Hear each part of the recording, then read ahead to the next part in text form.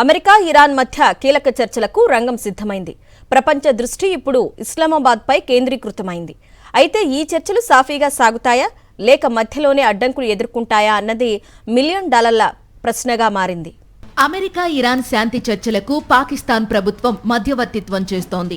US తరపున ఉపాధ్యక్షుడు JD Vance చర్చలకు నాయకత్వం వహిస్తుండగా ఇరాన్ తరపున విదేశాంగ మంత్రి అబ్బాస్ అరాగ్జీ కీలక పాత్ర పోషిస్తున్నారు. ఈ చర్చల్లో 5 కీలక అంశాలు ఉన్నట్లు తెలుస్తోంది. ముఖ్యంగా లెబనాన్లో ఇజ్రాయెల్ దాడులతో పాటు హర్ముజ్ జలసంధి విషయంపైనే ఇరాన్ గట్టిగా పట్టుబట్టినట్లు సమాచారం. అయితే అమెరికా మాత్రం అణు నిరాయుధీకరణతో పాటు ఆంక్షలపైనే ఎక్కువగా ఫోకస్ చేసింది. ఇజ్రాయెల్ హెజ్బొల్లా మధ్య జరుగుతున్న యుద్ధం ఈ చర్చలకు పెద్ద అడ్డంకిగా మారింది. ఇరాన్ అధ్యక్షుడు మసూద్ పెజెష్కియన్ ఇజ్రాయెల్ చర్యలు కొనసాగితే చర్చలకు అర్థం ఉండదని హెచ్చరించారు. ఇజ్రాయెల్ ప్రధాని నెతన్యాహు మాత్రం హెజ్బొల్లాతో కాల్పుల విరమణ ఉండదని స్పష్టం చేశారు. ఇక కీలకమైన హర్ముజ్ జలసంధి కూడా మరో పెద్ద సమస్యగా మారింది.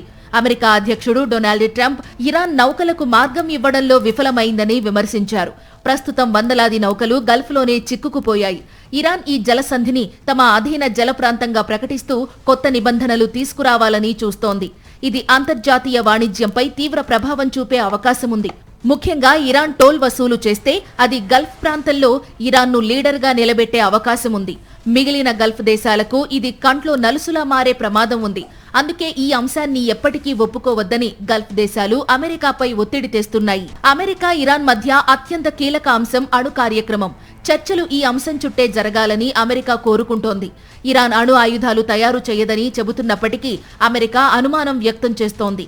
ఇరాన్ యురేనియం శుద్ధికి తమ హక్కు ఉందని పట్టుబడుతుండగా అమెరికా మాత్రం పూర్తిగా ఆపాలని కోరుతోంది. గతంలో 2015లో కుదిరిన ఒప్పందం తర్వాత మళ్లీ కొత్త ఒప్పందంపై చర్చలు జరగనున్నాయి. దీంతో పూర్తి స్థాయిలో ఇరాన్ను అణు నిరాయుధీకరణ వైపు తీసుకెళ్లాలనేది అమెరికా స్ట్రాటజీ.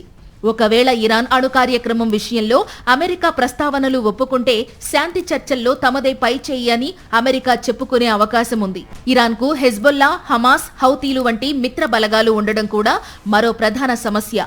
ఇవి ప్రాంతీయ ఉద్రిక్తతలను పెంచుతున్నాయి.